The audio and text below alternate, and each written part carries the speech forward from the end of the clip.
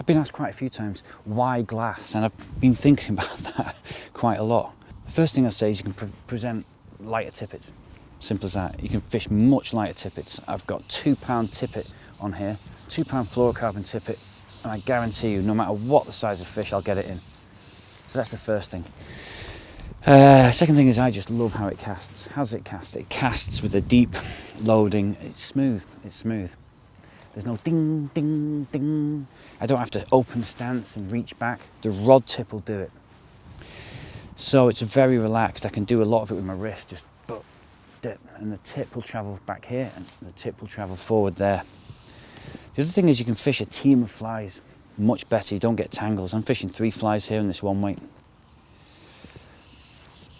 Because you tend to create higher line speed with bigger loops, you don't get entangles. I regularly get entangles with more than 2 flies using carbon. I don't with fiberglass. When you hook a fish, that's when one of the biggest advantages comes. You simply don't lose the fish. You just don't lose fish on fiberglass, the right fiberglass. These Californias, it's all about the taper. This is extremely thin, delicate rod. Look at it, how poised it is. There's nothing noodly or tank aerial about it. You don't have to pansy it around just because it's a one weight and it's fiberglass. Look at that. That banged that out, those 3 flies, straight as a die. People say slow down with fiberglass. You don't slow down, you open your casting arc and you apply the power more gradually. What I will say is, if you are an aggressive 7-weight monster, you may struggle going down to fiberglass, but it's a journey, it's a transition. You're going to have to make it at some point. Why? Because your shoulders and your wrists and your tennis elbow and your repetitive strain injury ain't going to, what are you going to do? 60 years old, still banging around in a 7 and an 8? No. It's extremely durable, more durable than carbon, way more durable. You don't break fiberglass rods. You simply don't break by the nature of the material. We've not replaced a single section on a fiberglass rod in 6 years of selling them.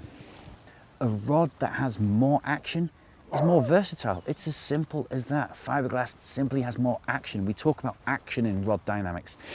And fiberglass as a material simply has more action than any other material. What do I mean? If I've got 10 foot of line out the tip and the whole head is 30 foot, I've effectively only got 1/3 of the weight load in it, even less because the weight's near the rear. But watch me load and cast this 10 foot of front taper. That's because the rod has a lot of action in the tip. Watch me engage more of the rod from the bottom 2/3 down now. I'm going to extend some line, slip some line in. It doesn't feel overloaded at this point, it's just engaging more of the midsection. Now let me pull it out to the overhang marker and get the full 33 foot of the head out. It's a one weight. And watch what I can do now I've got the full line out. Yeah? It progressively loads. If I was trying to cast just 10 foot of a front taper on carbon, a stiff carbon fibre rod, it would just feel like it was a broomstick. But because fiberglass has so much action in the tip, the middle and the butt, you get feel throughout all the casting strokes, short, medium and long. Okay? That's one of the real benefits of fiberglass. You can fish. If I strip this in, if I just see a fish there, I can just pick it up, just use the tip. Look how straight the line is. That's how you can tell. Okay? That's how you can tell if the rod's loaded properly, because there's no shock waves in it. There's no excess energy. The rod's loaded correctly and it just unrolls correctly. But if I want to fish medium range now, get another, I don't know, 10 foot out, just open up the casting stroke, straight out. Okay? So it's a short, medium and longish range outfit. This is an 8'1". I'm not going to be casting 60 foot, but I will cast 50 foot if I want to.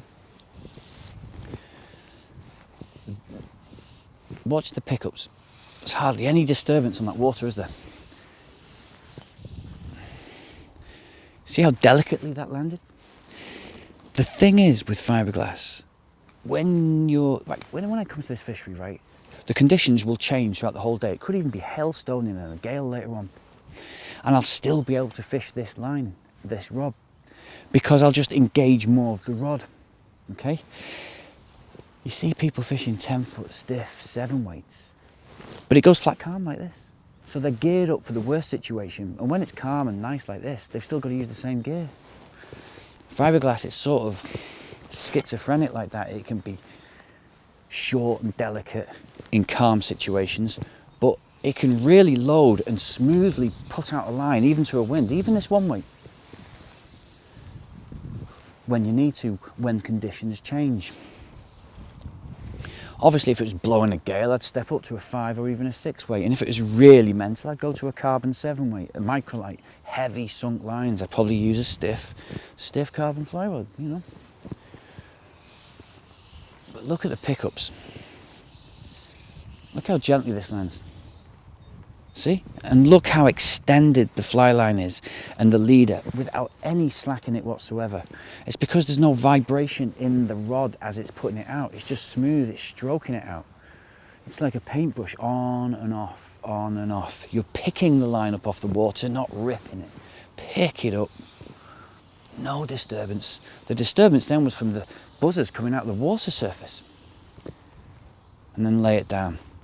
Notice how straight the line is. You just pick it up. Very little disturbance.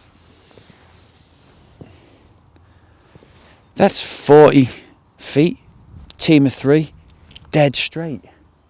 1 weight fiberglass.